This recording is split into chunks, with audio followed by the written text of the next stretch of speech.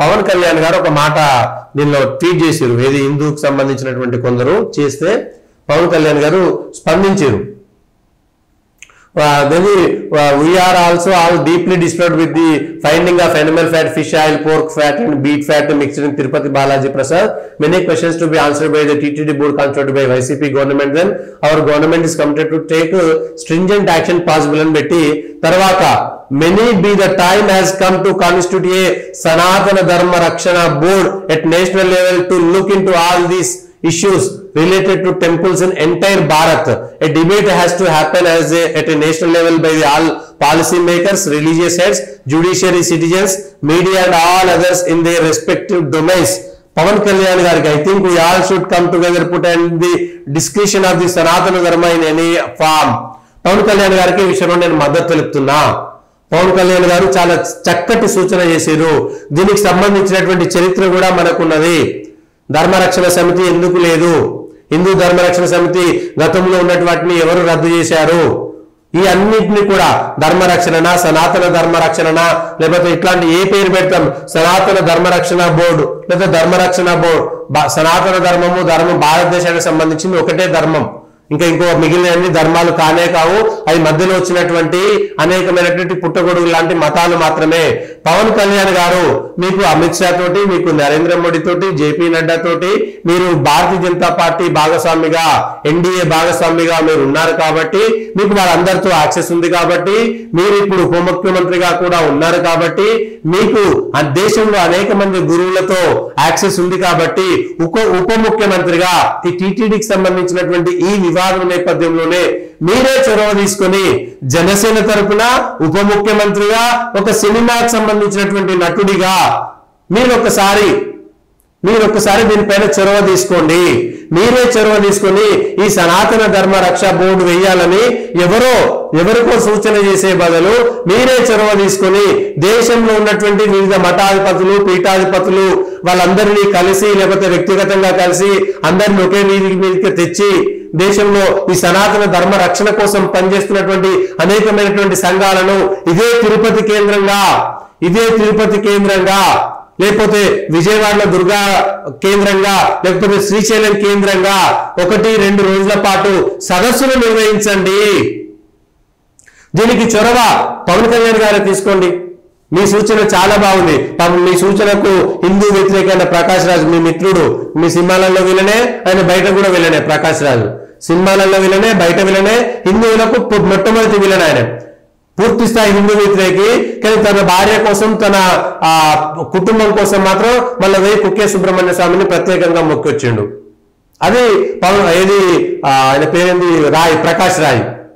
ఆ ప్రకాష్ రాయ్ చెప్పినటువంటి విషయాలు వాళ్ళు స్వార్థపరులు. బయటకు ఒక రకంగా, లోపలికి ఇంకొక రకంగా మాట్లాడేటువంటి క్షుద్ర భావాలు ఉన్నటువంటి వ్యక్తులు. కానీ పవన్ కళ్యాణ్ గారు నిర్మలమైనటువంటి, స్వచ్ఛమైనటువంటి మనస్సుతోటి మీరు చేసినటువంటి సూచనను ఇంకెవరో ఇంప్లిమెంట్ చేసే బదులు ఆ సూచన సలహాను ఉప ముఖ్యమంత్రిగా మీరు ఒక బాధ్యతాయుతమైనటువంటి ప్రభుత్వంలో ఉన్నారు కాబట్టి, ఇవాళ ఆంధ్రప్రదేశ్ రాష్ట్రానికి 2వ స్థానంలో ఉన్నారు మీరు. ముఖ్యమంత్రి తర్వాత ఉప ముఖ్యమంత్రి 2వ స్థానంలో మీరు ఉన్నారు కాబట్టి, ఒక పార్టీకి మీరు అధినేత కాబట్టి, కేంద్రంలో అధికారం ఉన్నటువంటి ఎన్డీఏలో మీరు భాగస్వామ్య పక్షం కాబట్టి, మోడీ తోటి, అమిత్ షా తోటి అందరికీ మీకు యాక్సెస్ ఉంది కాబట్టి, మీరు శ్రీశైలం కేంద్రంగా, ఎందుకంటే 3 ఇటు విజయవాడ ఉంది, అటు శ్రీశైలం ఉంది, అటు తిరుపతి ఉంది. ఏ మూలకైనా సరే ఇవాళ ఆంధ్రప్రదేశ్ లో చాలా పెద్ద ఉంది. లేదు మీకు గతంలో తమిళనాడుతో కూడా సంబంధాలు ఉన్నాయి. తమిళనాడులో పెట్టండి. తమిళనాడులో కొన్ని వందల దేవాలయాలు ఉన్నాయి. తమిళనాడులో ఎందుకంటే సనాతన ధర్మము అత్యంత దారుణంగా వివక్షకు గురవుతుంది అటు తమిళనాడులో, ఇటు ఆంధ్రప్రదేశ్లోనే. దేశం మొత్తం అయింది, కానీ తమిళనాడులో, ఆంధ్రాలో ఎక్కువ ఉన్నది ఆ భావజాలము, ఆ జాడ్యము. కాబట్టి మీరే చొరవ తీసుకోండి. మీకు స్వాగతిస్తున్నాం. మీడియా తరపున కూడా అనేక మందిని మీడియా డిబేట్స్ చేయండి. జనసేన తరపున కూడా మీరు డిబేట్స్ చేయండి. ఈ అంశంలో మీడియాను కూడా విజ్ఞప్తి చేయండి. మీడియాలో వచ్చేటువంటి సనాతన ధర్మ వ్యతిరేక వార్తలను కూడా తగ్గించడానికి ప్రయత్నం చేయండి. మీరు చొరవ తీసుకొని మీరు అధికారంలో ఉన్నప్పుడు చరిత్రలో నిలిచిపోతారు. పవన్ కళ్యాణ్ గారు మీరు చరిత్రలో నిలిచిపోతారు. మీకు అవకాశం ఉంది కాబట్టి, మీరు గతంలో అధికారంలో లేరు కాబట్టి ఇది చేయడానికి లేదు. అధికారంలో ఉన్నప్పుడు ఉప ముఖ్యమంత్రిగా ఉన్నప్పుడు, ఇంతమందితో మీకు యాక్సెస్ ఉన్నప్పుడు, మీకు ప్రభుత్వం తరపున టీటీడీ బోర్డు తరపున ఏర్పాటు చేయండి, ఇంకెవరి తరపున అవసరం లేదు. టీటీడీ బోర్డులో పైసలు ఉన్నాయి, తిరుపతిలో యూనివర్సిటీ ఉంది, పెద్ద జాగా ఉంది, కొన్ని వేల మంది వచ్చినా సరే అక్కడ మీరు ఏర్పాట్లు చేసుకోవడానికి అవకాశం ఉంది. తిరుపతి కేంద్రంగా ఇదే సందర్భంగా మీరు సనాతన ధర్మ రక్ష బోర్డు భారతదేశం అంతా ఉండాలి, అది దేశవ్యాప్తంగా ఒకే విధంగా ఉండాలి. అందులో ఎవరైనా సరే స్మార్తులు కానీ, లేకపోతే వైష్ణవులు కానీ, శైవులు కానీ, శక్తి ఆరాధకులు కానీ, గణపతి, ఇట్లా ఏ విభేదాలు లేకుండా, కులాలతో సంబంధం లేకుండా, ఏ కులానికి సంబంధం లేకుండా, వర్ణాలతో సంబంధం లేకుండా దేవాలయాల పరిరక్షణ, సనాతన ధర్మ పరిరక్షణ, భారతదేశ సంస్కృతి సాంప్రదాయాల పరిరక్షణ. ఎందుకంటే అందులో మీరు సినిమాలో ఉన్నారు కాబట్టి ఇవన్నిటిని కలిపి ఒక సినిమా తీసేటువంటి ప్రయత్నం చేయండి పూర్తి స్థాయిగా.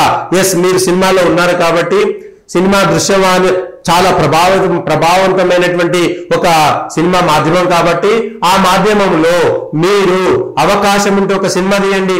పూర్తి స్థాయిగా తెలుగు సాంప్రదాయాలు ఉండే విధంగా, ఎక్కడ కూడా వేరేటీ లేకుండా 100% తెలుగు పదాలతోటి, 100% వైదిక ధర్మాలు లేకపోతే సనాతన ధర్మంతో ఉండే విధంగా ఒక సినిమా తీసి అందులో మీరే నటించి 10 మందికి, ఎస్ తప్పేం లేదు, మీరు ఉప ముఖ్యమంత్రిగా ఉండే సినిమా, ఇంకో 10 మంది సినిమాలో ఉండేటువంటి మీ భావజాలానికి దగ్గరగా ఉండేటువంటి 10 మంది, ఎవరు డబ్బులు తీసుకోకుండా ఒక మంచి దర్శకుడిని ఎంచుకొని దీనిపైన వెంటనే ఒక సినిమా తీయండి.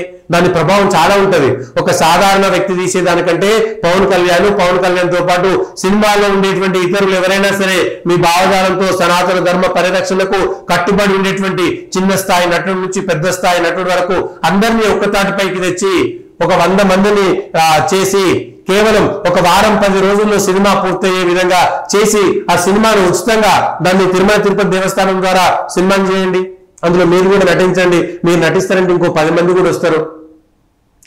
మనమంతా సనాతన ధర్మ రక్షణకి కట్టుబడి ఉందామనేటువంటి ఒక సినిమా కథలాగా తీసి ఒక సినిమాని తీసి ఇవ్వండి. తిరుమల తిరుపతి దేవస్థానం దగ్గర డబ్బులు ఉన్నాయి, వాళ్ళు ఖర్చులు పెట్టుకుంటారు, వ్యవస్థ ఉన్నది, ఎవరికైనా సరే చేయడానికి ఉంటది. ఎందుకంటే ప్రింటింగ్ ఇవాళ తిరుమల తిరుపతి దేవస్థానము సనాతన ధర్మ రక్షణ కోసము హిందూగా గర్వపడాలని చెప్పేసి ఒక పాంప్లెట్ ఇస్తే గతంలో ఐఏఎస్ ఆఫీసర్ని ఎందుకు పివిఆర్కే ప్రసాద్ గారు రాసుకున్నారు ఇది తన ఆత్మకథలో. టీటీడీ యూగా పనిచేసినటువంటి వ్యక్తి పివిఆర్కే ప్రసాద్ గారు టీటీడీలో అనేకమైనటువంటి మంచి కార్యాలు చేసినటువంటి వ్యక్తిగా ఉన్నారు. అట్లాంటి కొనసాగింపు మనం ఎందుకు చేయలేకపోతున్నాము? ఈ విషయాన్ని కూడా మనం గమనించాలి. మీకు అవకాశం ఉంది. టీటీడీతో పాటు దేవాదాయ శాఖలో బొచ్చెడు పైసలు ఉండే దేవాలయం నుంచి, దుర్గమ్మ గుడి నుంచో, శ్రీశైలం గుడి నుంచో, కాణిపాకం గుడి నుంచో, ఇంకెక్కడి నుంచి అయినా మనకు బొచ్చెడు పైసలు ఉన్నాయి. తిరుపతి దేవస్థానంతో పాటు మొత్తం ఆ పాత 13 జిల్లాలకు 2-3 పెద్ద దేవాలయాలు ఉన్నాయి. కోట్ల రూపాయల ఆదాయం వచ్చేది. 1 కోటి, 2 కోట్లు, 3 కోట్లు పెట్టి మీరు ఉచితంగా యాక్ట్ చేసి 1 గంట నిడి ఉన్నటువంటి మంచి సినిమా తీయండి. అట్లా ఏడాదికి ఒక సినిమా తీయండి. 5 ఏళ్ళు మీకు అవకాశం ఉంది కదా, 5 ఏళ్ళు 5 సినిమాలు తీసి ప్రజలకు వదిలేయండి. అవే వెళ్ళిపోతుంటాయి. దయచేసి ఈ విషయాన్ని ఒక్కసారి పరిశీలించండి. మీరే మాట్లాడారు కాబట్టి, మీరే ట్వీట్ చేసిరు కాబట్టి, పవన్ కళ్యాణ్ గారే ఈ ట్వీట్ చేసిరు కాబట్టి, ఎక్స్ లో పెట్టిరు కాబట్టి, మీరే చొరవ తీసుకోవడానికి ఏమైనా ఇబ్బంది ఉందా ఒక్కసారి ఆలోచన చేయండి. ఇంతకంటే వేరే సందర్భం ఏమీ రాదు. ఇంతకంటే వేరే సందర్భం ఇంకెక్కడ రాదు. కేవలం జగన్ పని అయిపోయింది, వైసీపీ పైకి లేవలేదు, జగన్ పని అయిపోయింది అనేటువంటిది రాజకీయం చేయకండి. రాజకీయం కాదు ఇది. లేదంటే మీరు మొత్తం అసలు దేవస్థానాలకు సంబంధించినటువంటి బోర్డులే ఉండవనేటువంటి చెప్పండి. ఏవైనా పీఠాలకు సంబంధించినటువంటి పీఠాధిపతులే ఉంటారని చెప్పండి. ఈ విషయం పైన స్పష్టమైనటువంటి ఒక వైఖరి తీసుకురండి అందరూ కలిసి.